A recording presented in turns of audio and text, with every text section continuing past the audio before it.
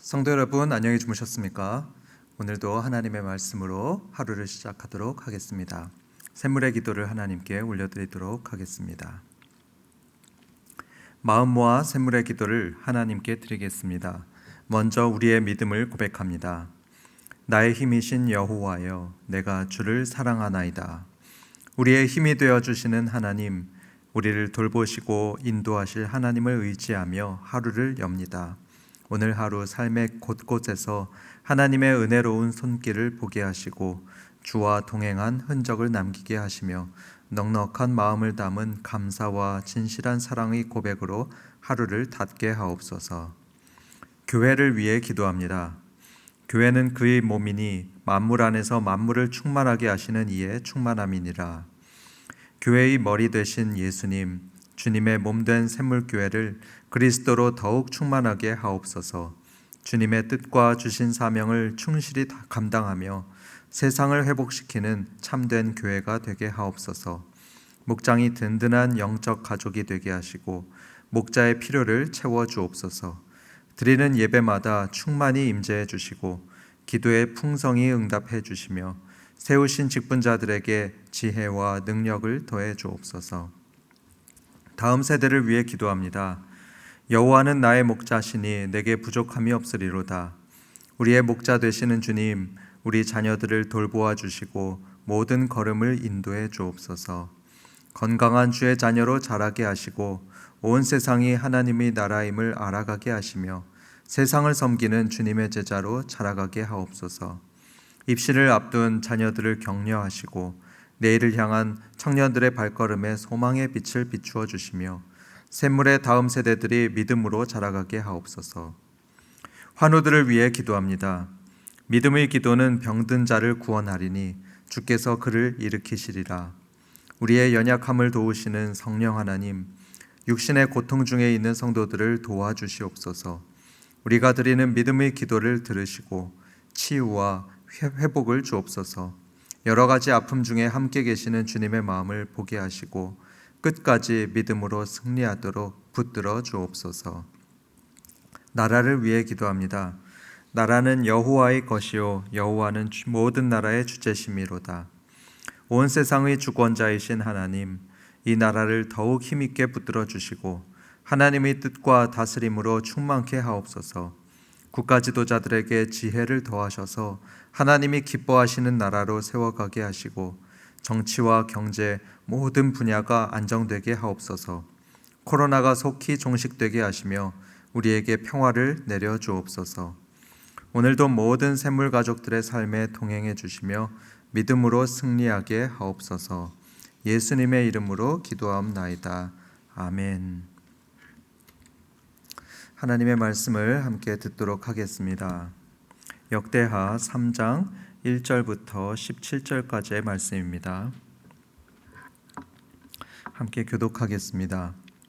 솔로몬이 예루살렘 모리아 산에 여호와의 전 건축하기를 시작하니 그곳은 전에 여호와께서 그의 아버지 다윗에게 나타나신 곳이요 여부스 사람 오르난의 타작마당에 다윗이 정한 곳이라.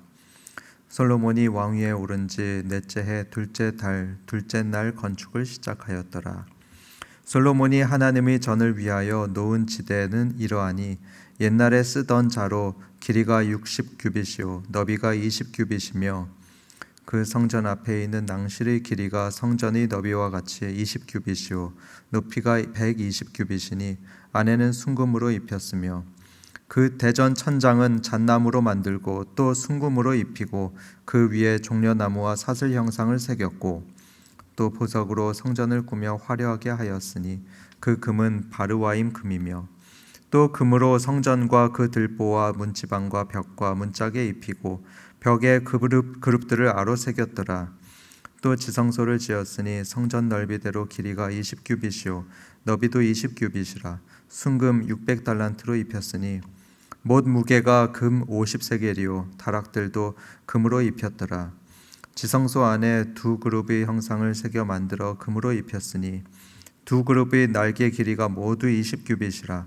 왼쪽 그룹의 한 날개는 5규빗이니 성전 벽에 닿았고 그 다른 날개도 5규빗이니 오른쪽 그룹의 날개에 닿았으며 오른쪽 그룹의 한 날개도 5규빗이니 성전 벽에 닿았고 그 다른 날개도 5규빗이니 왼쪽 그룹의 날개에 닿았으며 이 두 그룹이 편 날개가 모두 20규빗이라 그 얼굴을 내전으로 향하여 서 있으며 청색, 자색, 홍색 실과 고운 배로 휘장문을 짓고 그 위에 그룹의 형상을 수놓았더라. 성전 앞에 기둥 둘을 만들었으니 높이가 35규빗이요 각 기둥 꼭대기의 머리가 5규빗이라. 성소같이 사슬을 만들어 그 기둥 머리에 두르고 석류 100개를 만들어 사슬에 달았으며 그 두 기둥을 성전 앞에 세웠으니 왼쪽에 하나요 오른쪽에 하나라. 오른쪽 것은 야긴이라 부르고 왼쪽 것은 보아스라 불렀더라. 아멘. 오늘의 설교의 내용은 교회에 관한 것입니다. 성전에 관한 내용인데 생각하면서 좀 이상하게 보실 분 있을지 모르겠습니다. 맞습니다. 오늘의 본문은 솔로몬의 성전에 대한 말씀입니다. 그런데 왜 제가 교회라고 말씀드렸느냐? 그것은요, 이 성전이 교회를 상징하기 때문입니다. 고린도전서 3장 16절에 보면 교회가 하나님의 성전이라고 말씀하고 있습니다.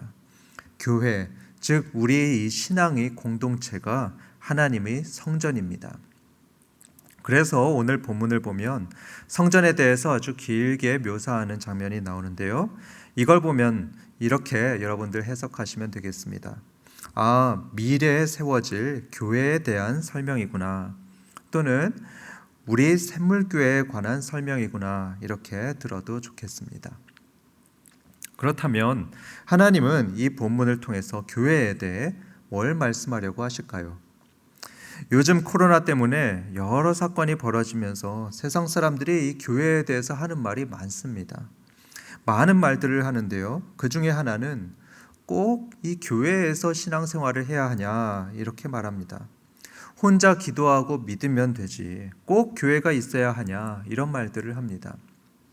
하지만 여러분, 교회는요, 즉 우리의 이 믿음의 공동체는요, 꼭 있어야 합니다. 신앙생활은 혼자가 아니라 반드시 공동체 속에서 해야만 합니다. 때로는 함께하기 때문에 불편하고 문제가 되는 것도 있다는 게 사실입니다. 그러나 그럼에도 불구하고 성도는 이 교회를 통하여 신앙생활을 해야 합니다. 왜 그럴까요? 오늘 그 이유를 함께 알아보겠습니다. 교회로 모이는 게 정말 조심스러운 요즘에 그럼에도 불구하고 교회가 반드시 있어야 하는 이유를 들으심으로써 흔들리지 말고 확신 가운데 신앙생활을 하는 성도들 되시기를 바랍니다. 첫째로 교회는 왜 있어야 하는가? 그것은 바로 이 교회에서 하나님을 만나기 때문입니다. 물론 하나님은 무소부재하시기 때문에 우리는 하나님을 어디에서나 만날 수 있습니다. 어디서나 또 개인적으로도 만날 수 있습니다. 그러나 하나님은 공동체를 통해서 만나시기를 기뻐하십니다. 우리 이런 경우가 있죠. 어떤 사람하고 어색하게 단 둘이 만나기보다는 여러 사람하고 같이 만나는 게 더 좋은 경우가 있습니다. 꼭 같은 경우는 아니지만 하나님도 우리와 교제하실 때 특히 공동체로 만나는 것을 기뻐하십니다. 그래서 특별히 우리의 공동체인 교회에 임재하시길 기뻐하십니다. 1절을 보시면 성전이 지어졌던 그 장소가 나옵니다. 여러분, 어디에 지어졌습니까? 하나님은 예루살렘의 모리아 산을 택하셨습니다. 여러분 아시다시피 우리는 건축할 때 아무데나 건축하지 않습니다. 더군다나 정말로 중요한 이 하나님의 성전을 짓는다면 그건 아무데나 지을 수는 없습니다. 자, 그렇다면 왜 하필이면 모리아 산이었을까요? 이 모리아 산은 하나님이 나타나셨던 장소입니다. 가장 먼저는 하나님께서 아브라함과 이삭에게 나타나셨습니다. 이 산에서 아브라함이 이삭을 하나님께 제물로 바칠 때 그때 하나님이 이 자리에 나타나셨습니다. 그리고 1절에 말씀하셨듯 솔로몬의 아버지 다윗에게 나타났던 곳이었습니다. 이스라엘 온 땅에 전염병이 창궐했을 때 다윗은 바로 이 산에서 하나님께 제물을 드렸습니다. 그러자 하나님께서 불로 그 자리에 임재하셨고 그 땅을 고쳐주셨습니다. 이렇게 믿음의 조상들이 하나님과 만났던 바로 그 장소에 하나님은 성전을 세우게 했습니다. 이게 뭘 말합니까? 성전은 하나님과의 만남의 장소란 얘기입니다. 이걸 교회에 적용하면 교회야말로 하나님과 만나는 장소입니다. 그래서 예수님은 이렇게 말씀하셨습니다. 두세 사람이 내 이름으로 모인 곳에는 나도 그들 중에 있느니라. 보십시오. 두세 사람이 내 이름으로, 여기서 내 이름은 예수님의 이름이죠. 예수님의 이름으로 모인 곳에는, 이곳이 어디입니까? 교회죠. 즉 교회에는 나도, 예수님께서도 그들 중에 있느니라. 주님께서 그 교회에 임재하신다는 말씀입니다. 여러분, 주님의 약속입니다. 주님께서 이 교회 중에 임재하겠다고 약속까지 하신 겁니다. 그러니 여러분, 이 교회보다 더 분명하게 하나님을 만날 수 있는 곳이 또 어디 있겠습니까? 그러니 교회는 꼭 있어야 합니다. 하나님을 만나려면 교회가 꼭 있어야 합니다. 둘째로, 교회는 너무나 아름다운 공동체이기 때문에 꼭 있어야 합니다. 교회는 세상 사람들이 보듯이 절대로 흉물이 아닙니다. 도리어 세상에서 가장 아름다운 공동체이기 때문에 반드시 있어야 합니다. 세상 사람들은 교회를 흉물로 봅니다. 저는 솔직히 지금까지 교회에 부끄러운 모습들이 있었기 때문에 욕먹는 거 감수할 수 있다고 생각을 합니다. 그런데요, 필립 얀시라는 기독교 영성가가 이런 고백을 했습니다. 이 사람은 젊을 때 교회에 은혜가 없다고 말하면서 교회를 등졌다고 합니다. 그런데 이후에 이 사람이 다시 교회로 돌아오게 되었는데요. 왜 그러냐? 왜냐하면 세상 그 어느 곳에서도 은혜를 찾지 못해서, 그래서 돌아오게 되었다고 말합니다. 여러분, 이처럼 이 교회가 참 못나 보이긴 하지만요, 그래도 교회에는 세상 어디에도 없는 은혜와 생명이 있습니다. 그리고 아름다움이 있습니다.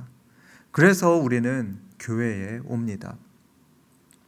오늘의 말씀을 보면 이 교회를 상징하는 성전이 얼마나 아름다웠는지 그걸 자세히 묘사하고 있습니다.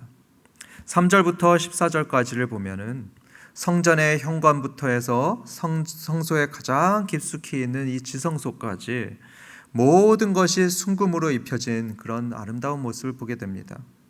상상을 초월하는 엄청난 금이 여기 입혀져 있습니다. 현관의 벽도 금이고요, 본관의 천장도 금, 또 지성소도 금, 심지어는 건축에 쓰인 못 하나까지도 금으로 만들어졌습니다.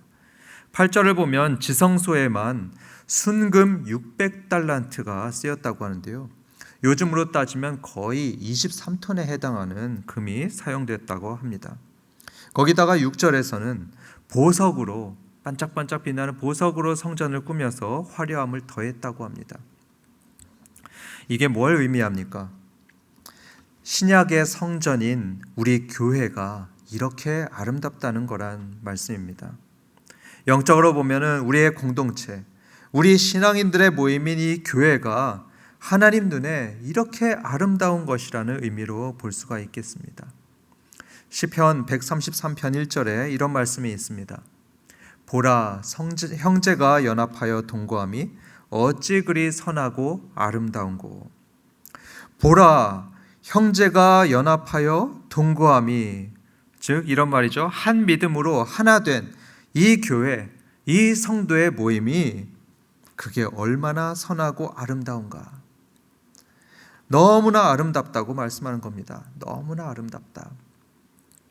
이렇게 하나님께서는 예수 믿는 신앙으로 하나가 된 이 교회 성도들을 참으로 아름답게 보십니다. 솔로몬의 성전이 당대 가장 아름다운 건축물이었듯이 가장 아름답고 존귀한 이 예수님을 한 마음으로 믿고 따르는 이 교회야말로 하나님 눈에 세상에서 가장 아름다운 공동체입니다. 이 아름답고 화려했던 솔로몬의 성전이 안타깝게도 이후에는 심판을 받아서 완전히 회파되었습니다. 마찬가지로 현재 한국교회의 아름다움도 많이 손상되어 보입니다. 하지만 여러분, 여전히 이 교회의 중심에는요, 금보다 더 귀하고 또 보석보다 더 빛나는 예수님께서 계십니다. 그래서 교회는 여전히 세상의 소망입니다. 대신 우리는 교회가 가졌던 그 본래의 아름다움과 영광을 되찾기 위해서 함께 노력해야 되겠습니다. 성도 여러분, 교회가 이전의 아름다움을 다시 회복하도록 많이 기도해 주시기 바랍니다. 마지막으로 교회는 왜 있어야 하는가? 그것은 교회는 하나님이 사람들을 일으켜 세우시는 곳이기 때문입니다. 쓰러진 우리들이 다시 일어나고 회복이 되는 곳, 그곳이 바로 교회입니다. 17절에는 이런 말씀이 나옵니다. 하나님은 성전 앞에 기둥 2개를 세우셨습니다. 그 기둥 각각에는 이름이 붙여졌는데요. 하나는 야긴, 다른 하나는 보아스입니다. 야긴의 뜻은요, 하나님이 세우신다는 뜻이고요. 보아스의 뜻은 하나님은 능력이시라는 뜻입니다. 이 2개를 합치면 하나님이 능력으로 세우신다, 이런 약속의 말씀이죠. 그러니까 하나님을 만나기 위해서 이 성전 안으로 들어가는 사람은요, 이 기둥 사이를 지나가면서 하나님의 이런 약속을 보게 되는 것입니다. 하나님께서 능력으로 세우실 것이다. 하나님이 당신의 전능한 능력으로 나를 세우시고 일으키실 것이다. 이 약속을 보면서 들어가는 거죠.